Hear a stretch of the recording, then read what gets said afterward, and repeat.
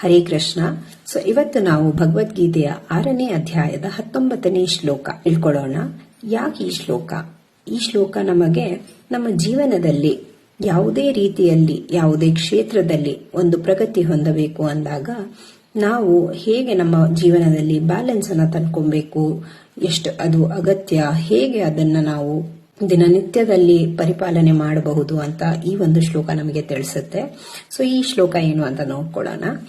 ಯುಕ್ತ ಆಹಾರ ವಿಹಾರಸ್ಯ ಯುಕ್ತ ಚೇಷ್ಟಸ್ಯ ಕರ್ಮಸು ಯುಕ್ತ ಸ್ವಪ್ನಾವಬೋಧಸ್ಯ ಯೋಗ ಭವತಿ ದುಃಖ. ಸೊ ನಾವು ಈ ಒಂದು ಶ್ಲೋಕದ ಅರ್ಥ ತಿಳ್ಕೊಳ್ಳೋಣ. ಯುಕ್ತ ಅಂದ್ರೆ ರೆಗ್ಯುಲೇಟೆಡ್ ಅಂತ, ಅಂದ್ರೆ ನಿಯಂತ್ರಿತವಾಗಿ ಕ್ರಮಬದ್ಧವಾಗಿ ನಾವು ಯಾವಾಗ ಆಹಾರ ಸೇವನೆ, ವಿಹಾರ ಸೇವನೆ, ವಿಹಾರ ಅಂದ್ರೆ ನಮ್ಮ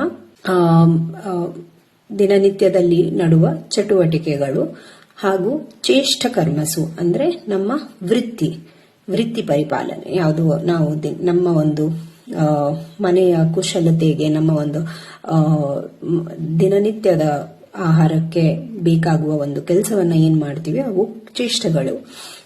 ವಿಹಾರದಲ್ಲಿ ನಿಮ್ಮ ಒಂದು ಫಿಸಿಕಲ್ ಆಕ್ಟಿವಿಟೀಸ್ ಬರುತ್ತೆ, ಸೆಕ್ಷುಯಲ್ ಆಕ್ಟಿವಿಟೀಸ್ ಬರುತ್ತೆ, ಎಂಟರ್ಟೈನ್ಮೆಂಟ್, ರೆಕ್ರಿಯೇಷನಲ್ ಆಕ್ಟಿವಿಟೀಸ್ ಅಂತ ಏನ್ ಹೇಳ್ತೀವಿ ಅದಷ್ಟು ಕೂಡ ವಿಹಾರದಲ್ಲಿ ಬರುತ್ತೆ. ಮತ್ತೆ ಯುಕ್ತ ಸ್ವಪ್ನಾವಬೋಧಸ್ಯ, ಸೊ ನಾವು ತುಂಬಾ ಲೇಸಿಯಾಗೂ ಇರಬಾರ್ದು, ತುಂಬಾ ನಿದ್ದೆ ಮಾಡೋದು ತಪ್ಪು, ಹಾಗಂತ ನಿದ್ದೆ ಮಾಡದೇ ಇರೋದು ತಪ್ಪು.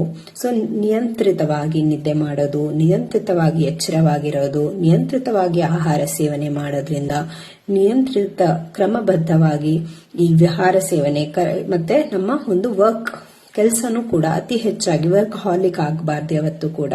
ಹಾಗಂತ ತುಂಬಾ ಲೇಸಿಯಾಗಿ ಏನು ಕೆಲಸನೂ ಮಾಡದೇ ಇರಬಾರ್ದು.